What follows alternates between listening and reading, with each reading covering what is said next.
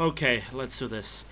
Hello there, and welcome back to War Thunder. As you can see, I am yet again playing the Strv 1030, the Swedish premium medium tank. And this is a battle that kind of shows the best and the worst at the same time, and I wanna make here a clear picture.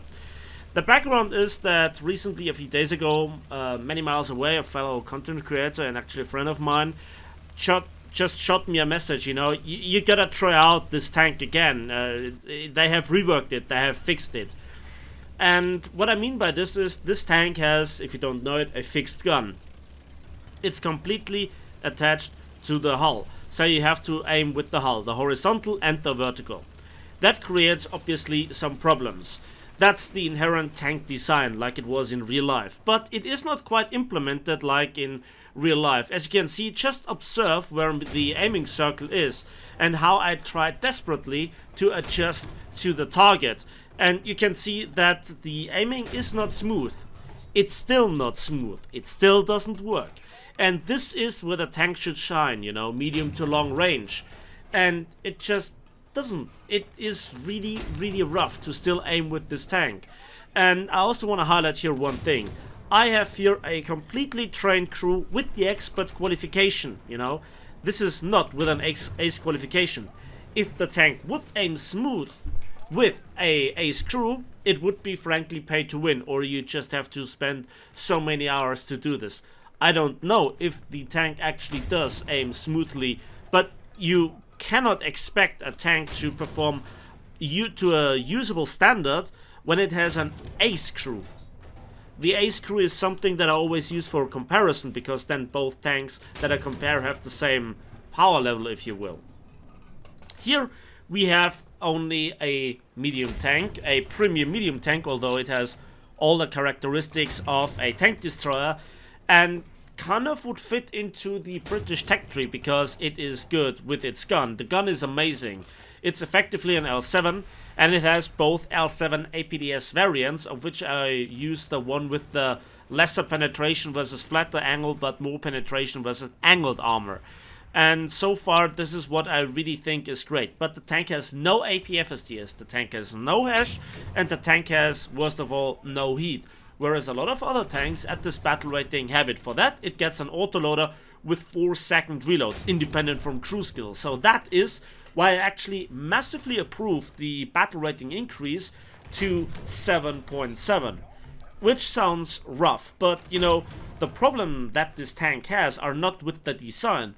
They are more like with the matchmaker, they are more like with the matchup that you have, the up tiers or down tiers, the ratio of it, and that very often you're not really performing nicely in close quarters environments. Hence I picked this battle because I think this is what represents the tank pretty well in some of the best circumstances. It was really nice bouncing the shot from the M103 and just pumping so many shells into him in such quick succession. That is really nice, but now my transmission is knocked out. And this is an absolute awful thing to have, because if the enemy is not right in front of you and you aim with the gun by default into his weak spot or the ammo rack, there is nothing that it can do. Any other medium tank in the game has a turret that could aim in 360 degrees. This has a fixed gun. It is declared as a medium tank in War Thunder, and so I have to bail out now because all my fire extinguishers are gone. And even in my personal opinion, still game advantage that Gaijin sells you, in that you have the last man standing option, which I guess no other tank so far has it, correct me if I'm wrong. But, you still can fight with this tank with only one of 3 crew members being alive. I think that this is frankly a game advantage, a game design advantage, a game mechanic advantage. And whatever you say, that's just how I see it, because that's what it is in my experience. All other tanks would die with only 1 crew member alive. Even though technically that one person could, do this. And in the back in the days we had this, that you could fight with 1 crew member and you could switch from driver to gunner. And so many people were annoyed, especially the British, because they didn't have APHE. And yeah, it was awful. So it's just overall just a better experience to kill a tank quicker, if you know what I mean. So the thing is, Gaijin in fact has smoothened this tank, so it doesn't really spin completely around. It's not turning 365 times if you just want to slightly change the direction. And even also on ridgelines, it turns smoother, so it doesn't fall off the back. But they've done it in an awkward way, which is still not perfect. And again, the main problem is, over all the disadvantages and advantages that the tank has, which you might call broken or biased or whatever, or pay to win, the fundamental problem is that you can't aim smoothly. Look at this tank. This tank is 1450 meters away. I have such a damn hard time on level ground to get the gun on target. It takes too long, and in particular in close quarters environments. This is awful. And now I got set on fire and my engine is knocked out, and there is nothing that I could do. I get shot from the side, and again I have to wait for using the second fire extinguisher because the first one is still on cooldown. Cool, Gaijin, really cool. And again, I have now one crew member left alive, heavily injured, 50-second repair time. This is some of the best situations that you get, and yet the tank is not good. Don't get me wrong, again, the firepower is awesome. 4-second reload on 2 different APDS rounds, it's great. And also the fact that you have this tank now available 3 times is only so long available till the Swedish tech tree comes in. After this, that feature gets removed. We had the same scenario with a lot of other tank nations. For example, the British when they came in, well, actually all the nations after the British. So, again, I cannot recommend this tank. And I also think that this is an awful experience. And I'm so really harsh on this tank and Gaijin not being able to smoothen it, to make it playable and usable. Because this is a premium tank. You have to pay real money for it. And you then practically have to play it for dozens, if not hundreds of battles to get the civil lines, to get the RP, to get the research progress through the Swedish upcoming tech tree in the next or the upcoming patches, you know. So with all these things in mind, the verdict for this tank is still terrible. It has been improved, but from absolute terrible to still terrible is an improvement. But that doesn't mean that the tank is good or that it's actually overpowered. Well, I have to correct myself here because there are the two sides. If you play this tank, you experience all the difficulties and you see all the bad maps, you see all the bad scenarios. When I played first against this tank, it bounced all the heat shells that I threw at it. It just was overpowered for me at 7.3, and at 7.7 it's just more balanced. But such a vehicle, like the Strv, just has the fundamental flaw that it cannot be really balanced. It's not the unique character of the gun being mounted in the fixed position, but it's just the battle rating bracket, the compression, the power creep, the feature creep, and in this case it's frankly a bit pay to win.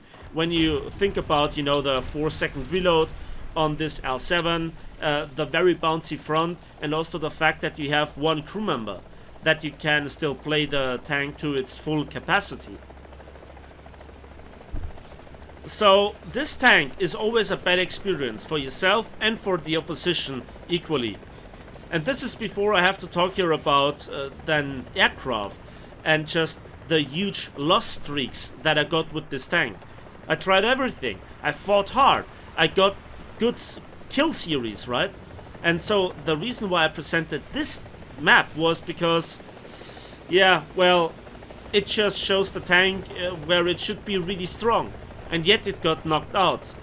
Very often you also don't reach your favorite position, or the position where you think you can only expose your gun barrel. And even then, you know, when it comes to shorter distances, they always knock out your gun barrel. So I didn't experience here every bad situation, but I think it's enough. And that's just one battle where I used all 3 spawns, where I tried my best, where I tried to put the tank into the position where it's good at, but very often I'm not fast enough. And look at this, I tried to range find, I tried to adjust the gun, but it just wobbles all over the place, it jiggles, and that ruins the aim. And it actually was so far going that, yeah, frankly, the enemy tank escaped. That's the fundamental problem. Then I got nailed by the sides from some cannons, and then the bombs in the front damaged the tank not at all. And yet I'm still again on fire, and again I have to wait for the fire extinguisher for the 6th time to come off cooldown. No, this tank is a terrible experience. I tried everything, and then rockets and getting set on fire again. What do you want me to say about this tank? This is my experience. It was god awful. There are the objective experiences, like how does it all work?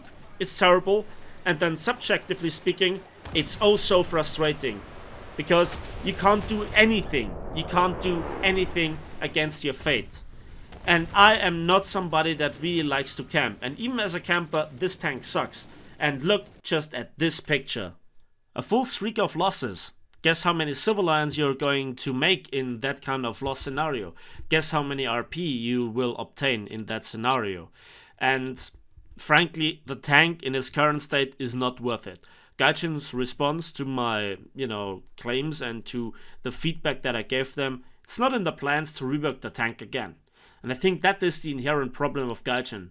They don't care. There is no quality control. Nobody cares really about the quality of their products as long as they can pump enough out of them and as long as enough of them getting, paid for. And that is not a nice scenario. I really, really wanted to make this tank work, and in certain special situations, yeah, it's strong. But in the big picture, it's just a pile of junk. Lack of care, lack of testing, lack of quality control. No, the tank is not worth it. So if you agree and you like the video or it was helpful in your decision if you want to buy or not buy this tank, please give this video a like if it did, subscribe if you want to see more. Again, let me know in the comment section what your experience fighting with and against this tank is. And as usual, we will see each other on the waves in the skies and on the battlefields of War Thunder.